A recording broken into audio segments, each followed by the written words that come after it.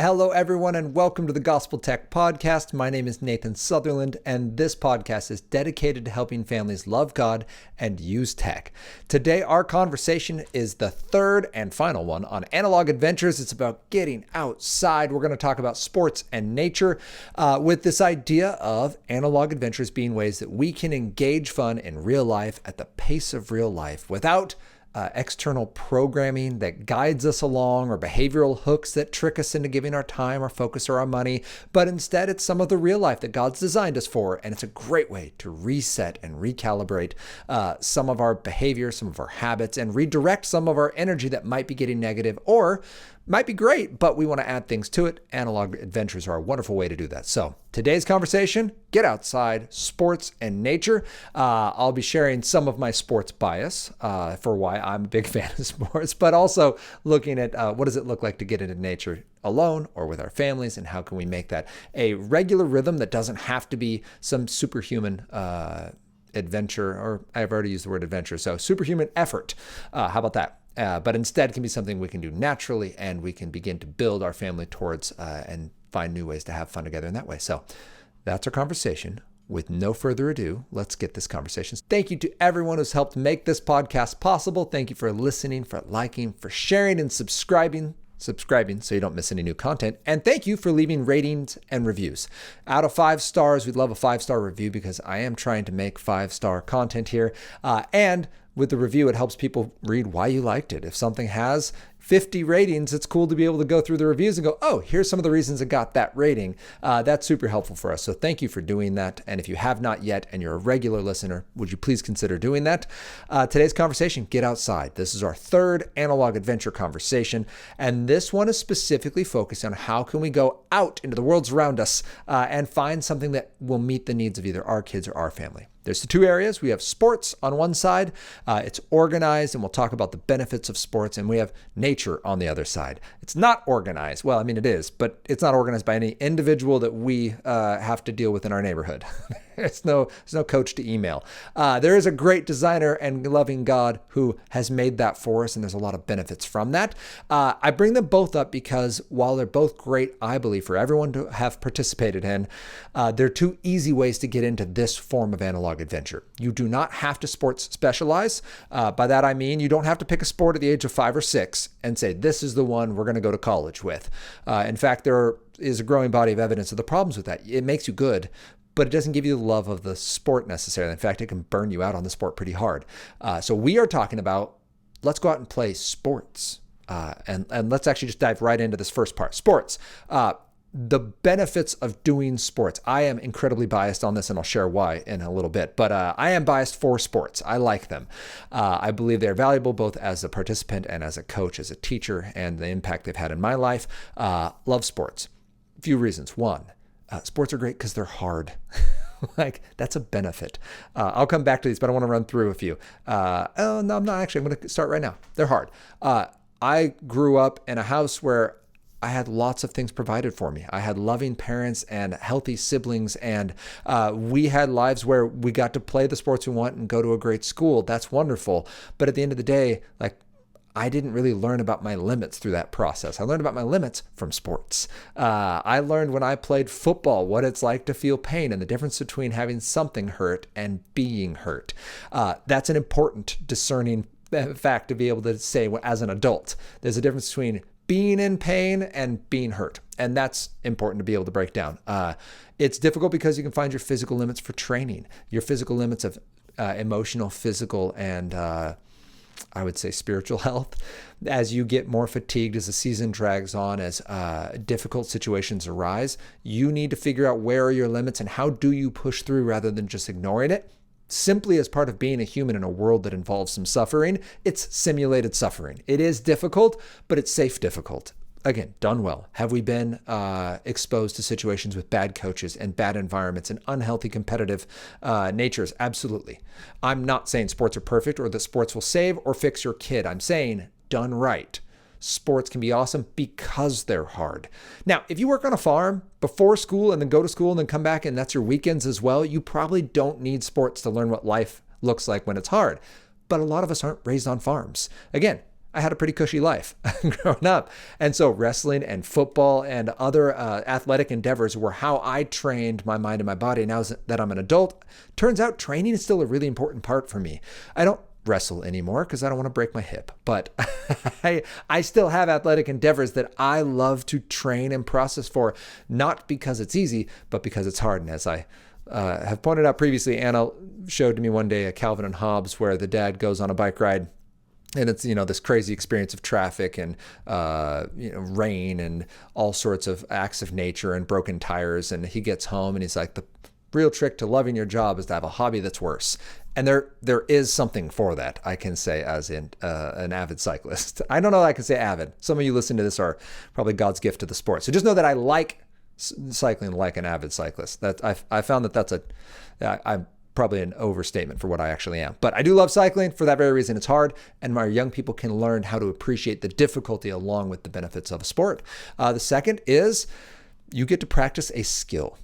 Skills are all learned, but in school, sometimes it feels like we're just in this progression. And so this is second grade math, or this is fourth grade reading. And we're just kind of going through this procedure to get to an end that we assume will just show up when we get there. But in sports, you get to watch that happen in real time. You don't know how to throw a ball, and then you practice, and now you know how to throw a ball, or how to throw a ball better. We worked on how to flick the wrist on a pitch this last week. How you follow through with the fingers. That's not just a shoulder elbow movement, that it actually follows through your arm. Like, that's a skill that I didn't even know until smart people told me to teach my son that. Like, that's awesome. So I love that part of sports. As a wrestling coach, I got to watch young people show up, and this can be sensitive. If you're a former wrestler and traumatized from it, I do apologize. Parents, don't make your child wrestle. Offer it to them as an opportunity. Encourage them to go into it, but it's really hard. They break all social norms, including staying out of people's bubbles. All of a sudden, they've got someone in their bubble and they don't know what to do because since kindergarten, we've told them to keep their hands off people. And all of a sudden, you're like, get in there, Johnny, rip his face off. So if you put your kid in wrestling, please just know there's going to be some conversations you need to have about appropriate levels of violence because they've been trained to not do these things. And what I loved is watching those kids show up, being completely overwhelmed for the first 2-3 days of practice, and then slowly begin to pick up technique, pick up moves. And all of a sudden by the end, so in our league, the way it worked in middle school was you would wrestle through, usually wrestling 6 or 7 other teams, and then there'd be a tournament at the end where 7 or 8 teams would show up, and you'd all start scratch, basically. You have your ranking from the season, but you'd go in and we'd have, kids who lost all their matches knock off a number 1, first round, because they've learned and they've grown. And then they all of a sudden have this confidence that they'd lose against that number 1, and then they'd wrestle on to take third. And those third place kids in tournaments are the toughest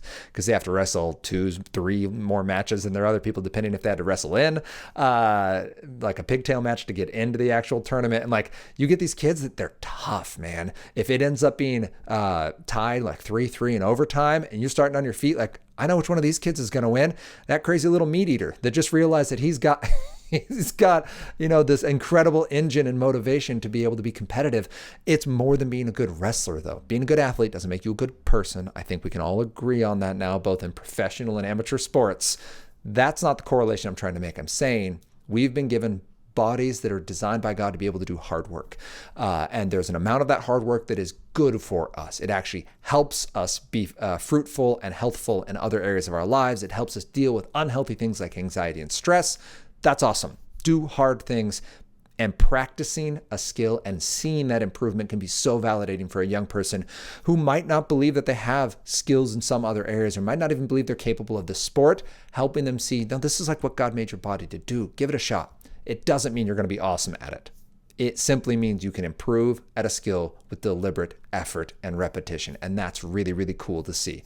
Muscle, motor, nerve function, just as growing young people, help them get that proprioception of being able to move their body, right? Being able to do a jumping jack because your hands and feet are moving at the same time, that kind of stuff. But sports makes it fun. So you're not just doing an athletic regime, which as adults, we can force ourselves to do some hard things.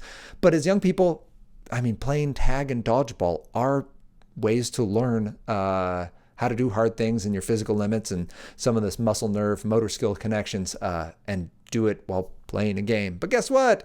It's really just a sport and you're still working hard. Haha, you've been tricked. So whatever that might be, being part of a team, this is a positive one and a negative one. part of a team. You're part of a team, and now you have a common goal, and that's super cool.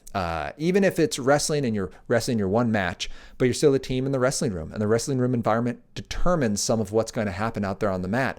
You still get points as a team. So this might be swimming, or I'm trying to think of another sport that you play independently but score together. Anyway, bear with me. Gymnastics. Another example. Independent sport, you're competing by yourself, but you're competing with your team and for your team. Those are great opportunities to just build friendships and camaraderie through adversity. These don't have to be your best friends ever, but these can be people you now have a shared experience with. And on the flip side, the negative side, that's still a positive, is you don't always get to pick your teams. Sometimes you do, and you go to that one select team, and if you don't like someone, you switch. But like a lot of life, a team is kind of a microcosm of society. You're going to live next to people that you don't necessarily cherish and love. You're going to work with people that aren't your number one pick, and yet they're still a good God, and you're still called to do your best, working as for the Lord and not for men. You're going to have coaches and bosses that just aren't excellent people. But guess what? That doesn't mean they'll never come to know the Lord. It just means right now they don't. I've had this happen where the single surliest coach I ever had in my life. He was a baseball coach growing up. Literally, I was so bad at baseball, he skipped me in one of the playoff games in the batting order, and we got called on it for cheating. I actually didn't pick up on it. I found out later. But this is just, he just wanted to win at all costs, even if it meant skipping the bad kid, this guy. But come to find out later, talking with his son, when we're in our 20s, he came to meet Jesus. And he is so gentle and kind and humble and repentant for being a surly, salty, angry man. And that's incredible. So that's a little microcosm of the greater reality we live in. And that can be really positive. Can there be unsafe and unhealthy adults around our kids? There can be.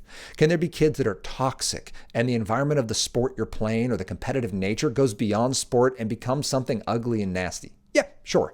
I'm going to leave that to your parenting, but keep in mind, at least in my experience as a coach in the area that I live in and in my experience as an athlete, by and large, even the negative experiences have helped prepare me for the times when, guess what? The work world, not everyone's there to help others or because they love Jesus. Like some people are there because they're evil, wicked people trying to do evil, wicked things, and being able to see that in a little time where it's just 2 hours, 4 days a week, or 5 days a week or whatever, that can at least begin to help me process, what do I do with mean people and wicked people, people that celebrate bad things? How do we handle this? So just know that even if you have to quit the sport, you at least get to have the conversation with your kid, like, here's why we're stopping, because this isn't okay. And now you've seen it. Here's what we do in response to that. We report it, we get them help, we go a different direction, we intercede and intervene, we support those who can't support themselves, whatever the case might be. You get an opportunity to model Christ in that. And so I do like that for sports. And finally, there is this idea of dealing with winning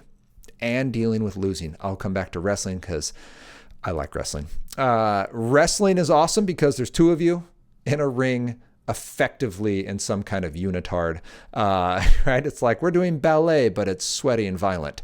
And now we're going to exert wills, and whoever wins won against the will of their opponent, meaning the person who loses never wanted to lose. They might get so tired they're willing to lose. They might get stuck and have to lose, but they didn't show up in order to lose. They would have just said, I forfeit. Hey, look, I lost. If that's your goal, you never had to put any effort. You tried and you lost, and that's really, really hard to deal with in a public space. And that's so important because it doesn't doesn't define you. You are not a loser because you lost. You lost. And that's a real thing. There's very, very few athletes who have never lost. People go on really good streaks. But even Jordan Burroughs, one of America's best ever wrestlers, ended up losing in the Olympics. Now, he won a couple golds and a couple world championships. But guess what? He lost before that and he lost after that. So helping our children recognize that this is something that happens when you try, when you grow. You're gonna lose. Great. And then when you win, you're not somehow God's gift to the sport just because you won. You won because God gifted you a body that can win and a mind that can win and a work ethic that works so hard that you can win. And at the end of the day, the winning, again, doesn't define you. It describes you. You won. Good for you. Now, what are you going to do with that winning? How do you give glory to God in that? How do you support those around you to make them better and make your team and your sport and your community stronger because of your winning? Which can be awesome, right? I enjoy watching professional sports and amateur, and it's fun when my local team wins. but we need to make sure we don't go so far as to find our identity in the winning. That's what I really, really enjoy. I'll add empathy to that. I did have a local football game I went to recently. And our team, the team I was rooting for, ended up just shellacking the other team. It was like 60-6 or something. I mean, just a beat down. In a football game, I cheered for the first, 4 touchdowns, maybe 5. And then it quickly became so lopsided that I was like, oh, you know what? I identify more with the other team because my experience in high school sports was going like 3-14 or whatever in high school for high school football victories. That's more of what I can relate with. And so I was watching the other team be like, man, it's so hard at half when you're down by 30 and you're like, we're doing our best. We have 3 subs. Like, we're not as good as this team to start with. And it's going to be a really long second half of football. We're not quitting. Like, I loved that. That was awesome. But we're frustrated and we're tired and we're not enjoying this sport. And I think there is something to that idea of being able to do something really, really hard and stick at it because you said, yes, I'm going to play this game. And so you play it, even though you lose, even though it's inconvenient, even though it looks bad and it's going to show up on social media. Like, those things do matter, even though it's rough. And I really felt for that other team. So, all right, that's sports. I want to take a quick aside before we move on. Thinking about sports and okay, but what about esports? I would simply challenge you. Really the only correlation between sports and esports is the fact that they're competitive. If you don't believe me, I watch 1 round of Fortnite and then watch 1 game of baseball, and just tell me which one feels more overwhelming to you. It's kind of like if you go and watch on YouTube a clip of Powerpuff Girls. Sorry, Powderpuff is the football. Powerpuff Girls and Mr. Rogers. They're both TV shows. That's about all the similarities. They both have characters, I guess. But when we talk about the amount of stimulation, the amount of engagement, the amount of just overwhelming input that occurs, esports are competitive and they do take practice.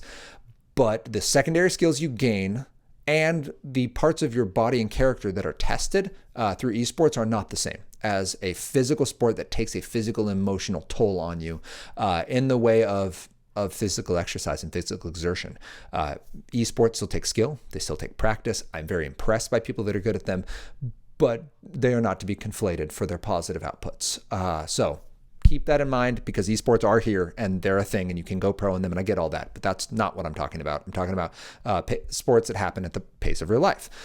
Kinds of sports. We can go with school sports, you can go with club sports, and you can go kind of independent sports.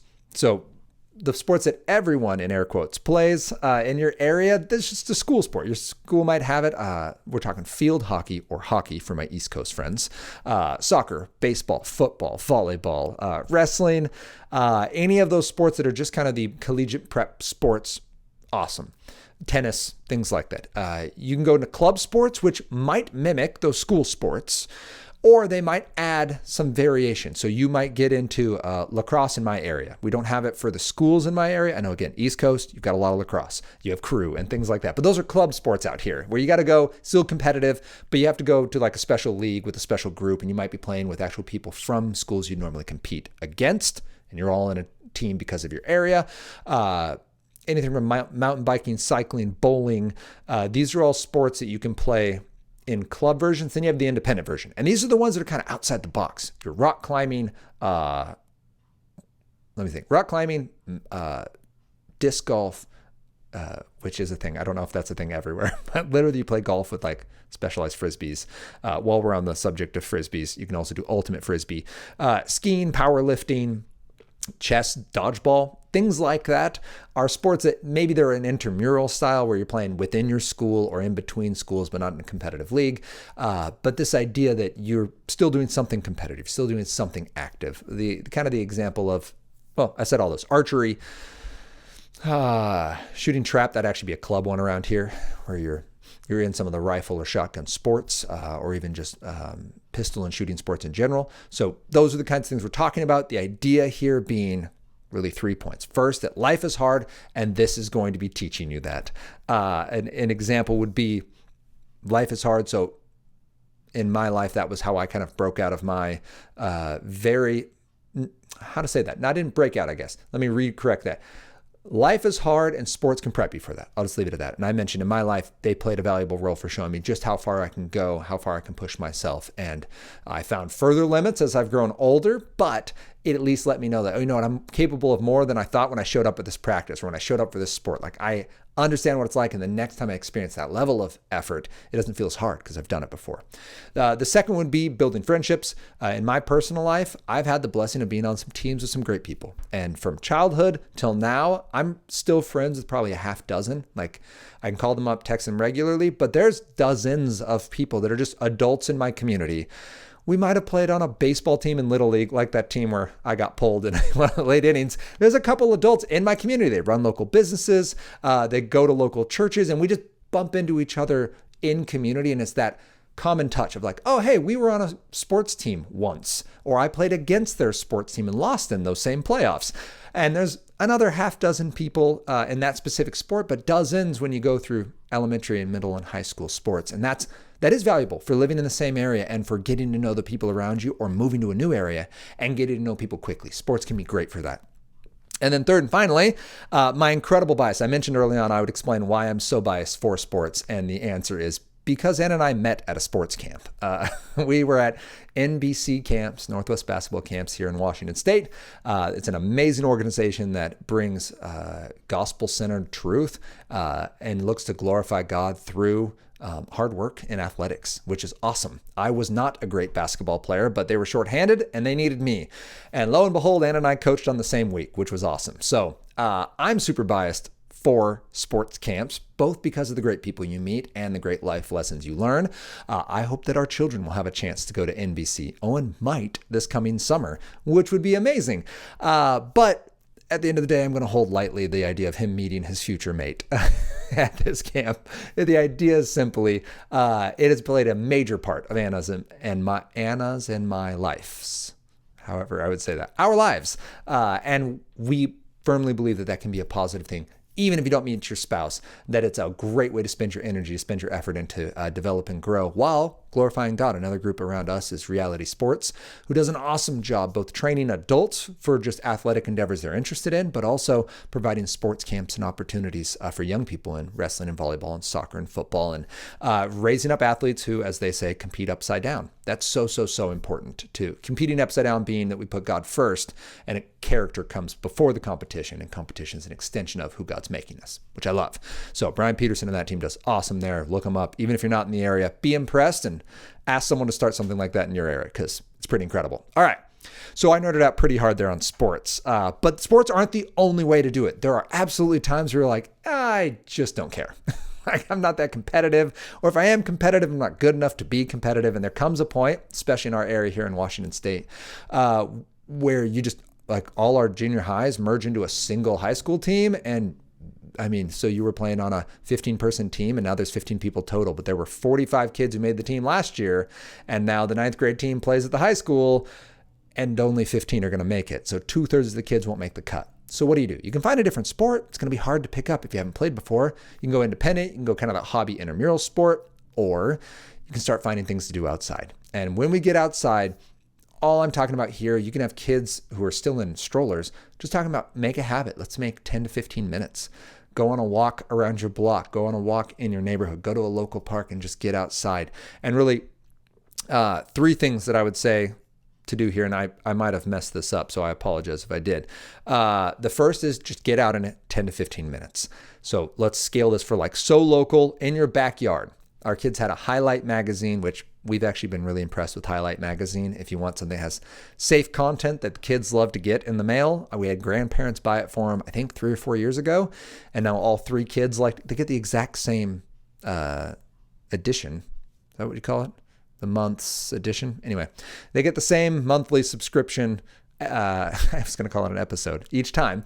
And they do the mazes and they do the coloring and they ask the questions. They read the silly stories and then they get these ideas. And this time it was like playing outside ideas. And one of them was to make a bug hotel. So they went out under the trampoline because we don't mow there and it's nice and filtered light. So the grass gets really tall. And they brought sticks and they brought little pieces of wood and they brought some actually firewood and they added leaves and grass. And then they built these little buildings and they made a little town for bugs, which bugs don't care. But it was a fun idea, and they go out and check on them, and they count the number of bugs they've got in the area, and they have a whole story going on with their little bug hotels. Super cool.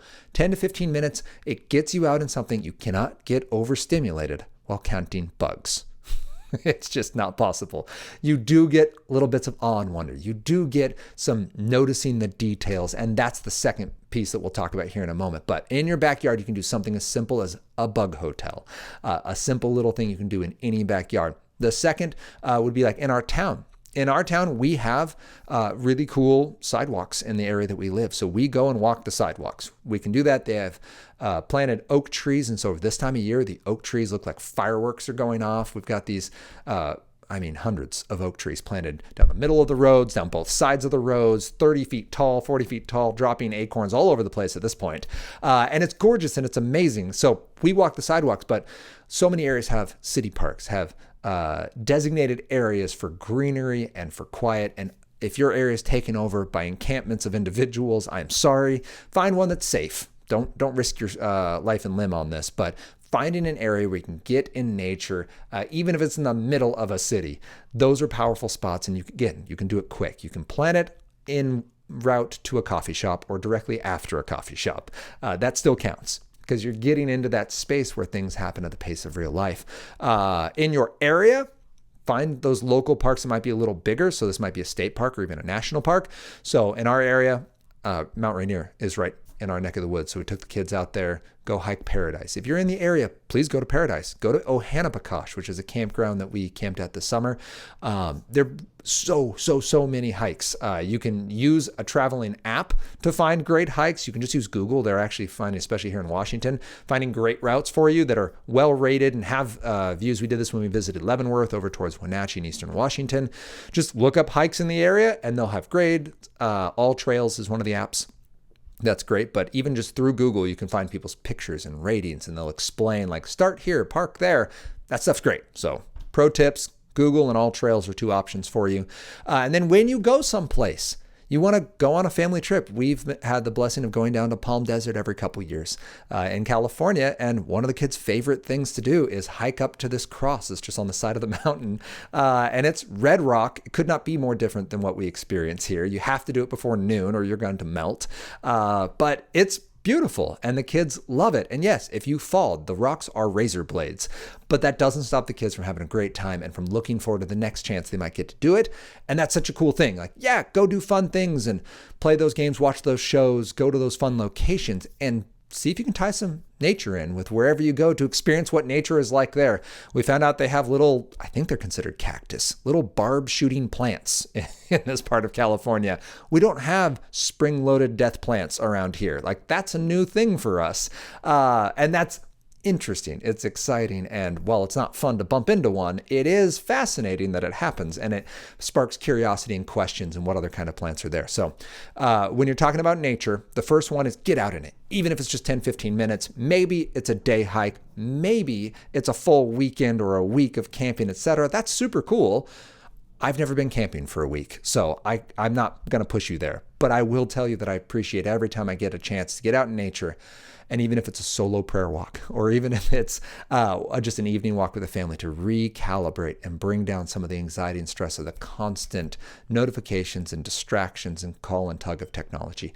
Second, pay attention to the details. So the first is get outside. The second is when you're in nature, get outside and pay attention to the details. This could be as simple as I mentioned, as an acorn, where you get to pick it up and look at it, and the kids pop the tops off and they like to make little characters out of them or spin them like tops, like little details. It could be a snail on your shopping cart. The idea is it's something to break you out of the norm of the pace and the tempo of getting to the next thing and the to-dos that you absolutely have that are important.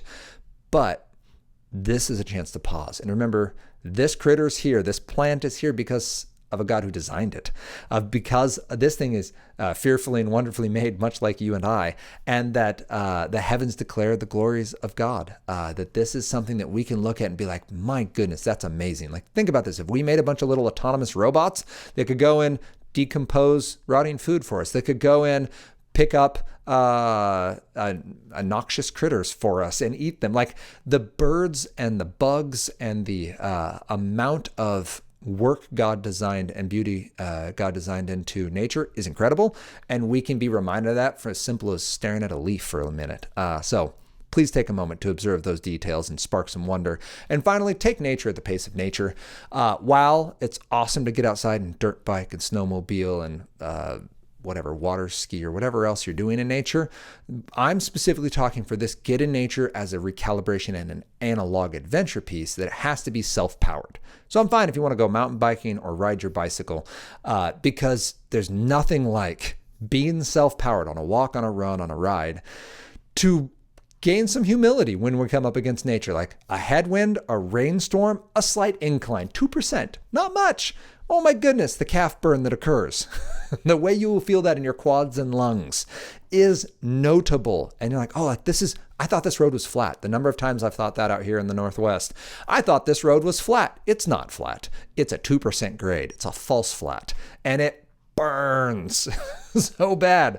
That's a wonderful reminder of just how much we rely on technology, how blessed we are to have it, and that it's difficult, and then that's good, and that builds us a little bit of humility in the process and helps us create wonder. Remember, the point of all of this is to have analog adventures, to have them at the pace of real life and to recalibrate ourselves for what life can look like. Or more importantly, to recalibrate ourselves to the wonder and the awe of nature and the God who created it, and to get ourselves into a space where we can learn and grow at the pace of real life, where we don't rely on outside stimulation of just the fact that it's fast moving to be engaged, and we don't rely on behavioral hooks to train us into believing we need this thing. Instead, we can work hard, we can grow, we can learn from both the good and the bad, and we can be engaged and amazed at the bodies God's given us and at the nature he's put around us. So hope you enjoyed it. Please share it with somebody. Feel free to reach out, Nathan at gospeltech.net or at lovegodusetech on Instagram and Facebook, and join us next week as we continue this conversation about how we can love God and use tech.